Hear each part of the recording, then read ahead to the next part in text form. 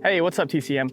Today, we are going to be working on our round off back tucks. Now, a couple of things about this one is you do not need to know how to do a standing backflip to do a round off back tuck. Now, the reason I say this is because the round off will provide a lot of extra momentum that will carry over into the back tuck, but there are a few things that we're going to be going over. So make sure you stay and watch until the end to learn how to get your round off back tuck by the end of this video. And if you guys haven't yet already, make sure you hit the like, subscribe, and comment something down below if there's anything else that you want to learn in the future, and let us know in the comments. So yeah, without further ado, here is your round off back tuck. So today we're gonna be learning our round off back tuck. Now for the round off outside, it's gonna be very, very slightly different than a round off on a spring floor. So if you already know how to do your round off on spring floor, great. Try not to break your knees coming outside because you don't want to really keep super tight like you would on the spring floor, because obviously this isn't a spring floor. So just be aware of that. If there's a little thing that's gonna be different here, it's gonna be when you snap your feet down out of the top of your round off, there's gonna be a slight bend in your knees instead of keeping really straight and locked out. And that's just because we're outside on the grass and we want to be able to tumble on grass and on concrete, and that would be the slight difference.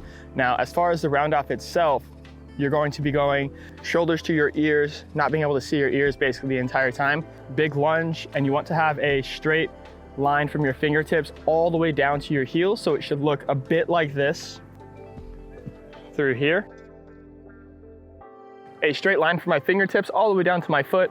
And the weight on the front foot should be right in the middle of your foot. If you feel it on the ball of your foot or in your heel, that front foot is positioned incorrectly. Now from there, as you're reaching your hands towards the floor, think about doing a handstand or a front handspring, and then very last second, then you turn your hands over. So one of the common mistakes here is as people will start to do their round off, they start to drop one arm down, reaching for the floor. You want to start reaching both hands, and then very last minute, turn over for the round off. So you're gonna be reaching forward towards the floor, and then very last minute, turn your hands over. You don't wanna drop your shoulders so your ears come out, because that's gonna cause you to travel left or right inside your round off. Once your hands are touching the floor, you're gonna start blocking off the floor, shrugging your shoulders, and then snapping your feet down to the floor. Hands are gonna reach up to the sky. And then from there, you're gonna get into your back tuck. Now with your back tuck, hands stay up. They don't actually drop down at all. Your hands should be up towards wherever it is that you're setting the entire time, and your legs actually come up to meet your arms. From there, chin stays down, and it's just like a normal back tuck. So if you've done a back tuck on a trampoline, into your pool, or even if you have a standing one, then great. That's all going to come into play here. But all of those same mechanics are gonna work here.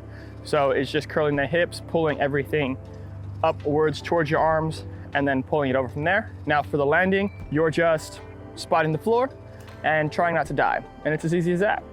So here's a demonstration, I guess.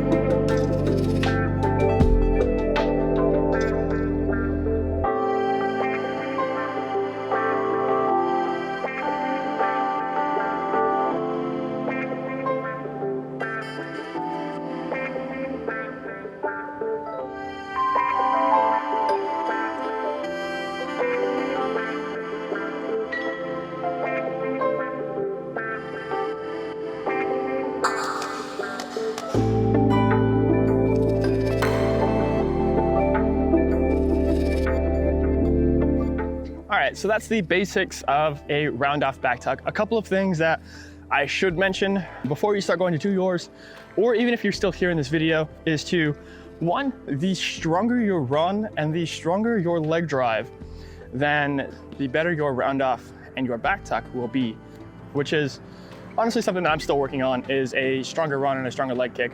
But that's something that you could always work on, you know what I mean? So from there, the hurdle should be inside your round off, right? The hurdle from your round off should be lower to the floor. You don't want to go super high in your round off and then try to round off from there. Now, a couple of common mistakes we're gonna get into is, one, when people will, like I mentioned earlier, drop one arm reaching sideways basically for the round off instead of a forward and backwards round off.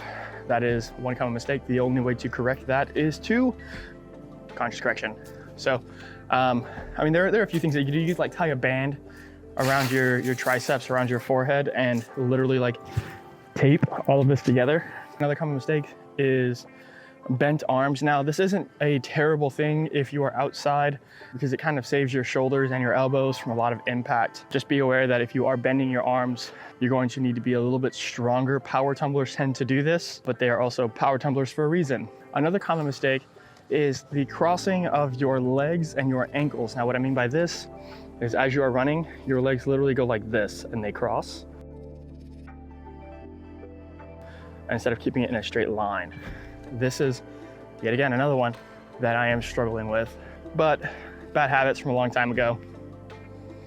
So I make do. It's obviously possible.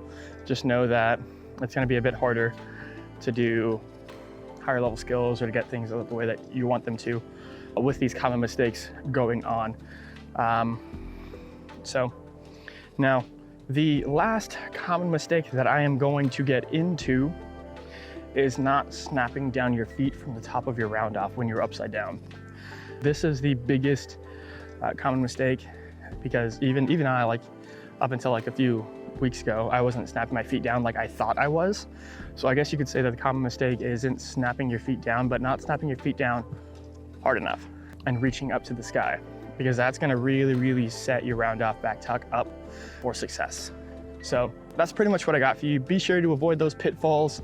And if you guys need any help or you would like some tips or corrections on your round off back tuck, please let us know in our Instagram, which is at @thecollectivemovements@gmail. I combined the Instagram and the Gmail. Send us your clips to our Instagram, which is at @thecollectivemovements. Make sure you give us a follow there as well. We post content of our competition team, our students, and all of the progress and such, and it's a really cool thing. So yeah, give us a follow. And if you haven't yet, and you've made it this far, one, I appreciate you for watching it this far in the video, but two, please make sure you like, subscribe, and comment something down below if you've enjoyed the content. And be sure to let us know if there's anything else that you would like to learn in the future, because we are always looking for ideas that will help you guys out. So that's why we're doing this. So let us know in the comments down below if there's anything that you would like to see, and we will get it for you. So train safe, happy Saturday, and keep jumping.